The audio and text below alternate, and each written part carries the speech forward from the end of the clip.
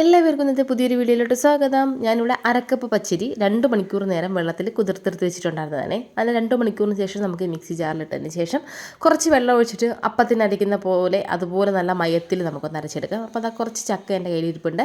നമുക്ക് ഫസ്റ്റ് ഈ ഒരു ചക്കേനെ നന്നായിട്ടൊന്ന് ക്ലീൻ ചെയ്ത് എടുക്കാം. ഞാനിത് ഇത്രയും ചക്ക എടുക്കുന്നില്ല, ഒരു 7-8 പീസ് മാത്രമേ ഞാൻ എടുക്കുന്നുള്ളൂ. അത് വെച്ചിട്ട് നമുക്ക് നല്ല വെറൈറ്റി ആയിട്ടുള്ളൊരു 4 മണി പലഹാരമായിട്ടും നിങ്ങൾക്ക് രാവിലെ ബ്രേക്ക്ഫാസ്റ്റ് ആയിട്ടും ഒക്കെ കഴിക്കാനായിട്ട് പറ്റുന്ന ഒരു വെറൈറ്റി ആയിട്ടുള്ളൊരു റെസിപ്പിയാണ് നമ്മളിന്ന് ചെയ്യുന്നത്. അപ്പോൾ നല്ല പഴുത്തിട്ടുള്ള പഴമുള്ളൂ, അതുകൊണ്ട് ഞാൻ ഇതിലോട്ട് ശർക്കര ചേർക്കുന്നത് വളരെ കുറച്ച് മാത്രമേ ഞാൻ ശർക്കര ചേർത്തിട്ടുള്ളൂ. നമ്മൾ കൂടുതൽ ശർക്കര ചേർത്താൽ ഈ ഒരു ചക്കേൻ്റെ ആ ഒരു ടേസ്റ്റ് നമുക്കങ്ങ് പോകും. അതുകൊണ്ട് ഞാൻ കുറച്ച് ചക്കേൻ്റെ ടേസ്റ്റ് മുന്നിട്ട് നിൽക്കുന്ന രീതിയിലാണ് ഞാൻ ഈ ഒരു റെസിപ്പി ചെയ്യുന്നത്. അപ്പോൾ ഞാൻ കണ്ടല്ലോ, വളരെ കുറച്ച് ചക്ക മാത്രം എടുത്തിട്ടാണ് ഞാൻ ചെയ്യുന്നത്. ഇത്ര എടുത്തിട്ടുള്ളത് ചക്ക. ഇനി നമുക്ക് തയ്യാറാക്കാം.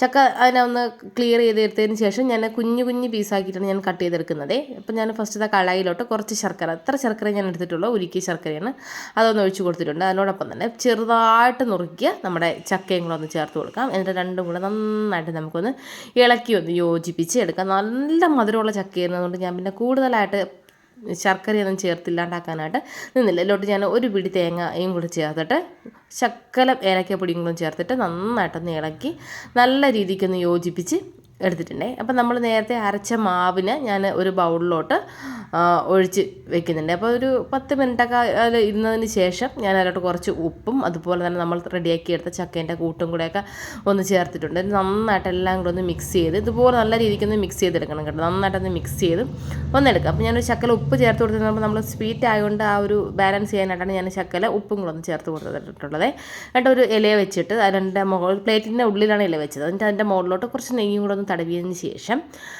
നമ്മൾ നേരത്തെ തയ്യാറാക്കിയ ഫില്ലിങ്ങിൽ നിന്ന് ഞാൻ കുറച്ചെടുത്ത് മാറ്റിയിട്ടുണ്ടായിരുന്നു. അതും കൂടെ നമുക്കിതുപോലെ എൻ്റെ താഴ്ഭാഗത്തായിട്ട് ഇതുപോലെ വെച്ചതിന് ശേഷം നമ്മൾ തയ്യാറാക്കിയ കൂട്ടതിൻ്റെ മുകളിലോട്ട് ഇതുപോലെ ഒന്ന് ഒഴിച്ചു കൊടുക്കാം. എന്നിട്ട് നമുക്ക് ഒരു 10-15 മിനിറ്റ് ഒന്ന് സ്റ്റീം ചെയ്തെടുക്കണം. നിങ്ങൾക്ക് ഈ ഒരു സെയിം റെസിപ്പി അവൽ വെച്ചിട്ട് ചെയ്യാം, അതുപോലെ തന്നെ പഴം വെച്ചിട്ട് ചെയ്യാം, ഒക്കെ നിങ്ങൾക്ക് ചെയ്യാം. അപ്പോൾ എൻ്റെ കയ്യിൽ ഇപ്പോൾ ചക്ക, ഞങ്ങൾക്ക് കുറച്ച് ചക്ക അപ്പുറത്തുനിന്ന് കിട്ടിയേ, അതുകൊണ്ടാണ് ഞാൻ പിന്നെ ഈ ഒരു രീതിക്ക് ഞാനൊന്ന് ട്രൈ ചെയ്ത് നോക്കിയത്. പക്ഷേ സൂപ്പർ ടേസ്റ്റ് ആയിരുന്നു, എനിക്ക് നന്നായിട്ട് ഇഷ്ടപ്പെട്ടു.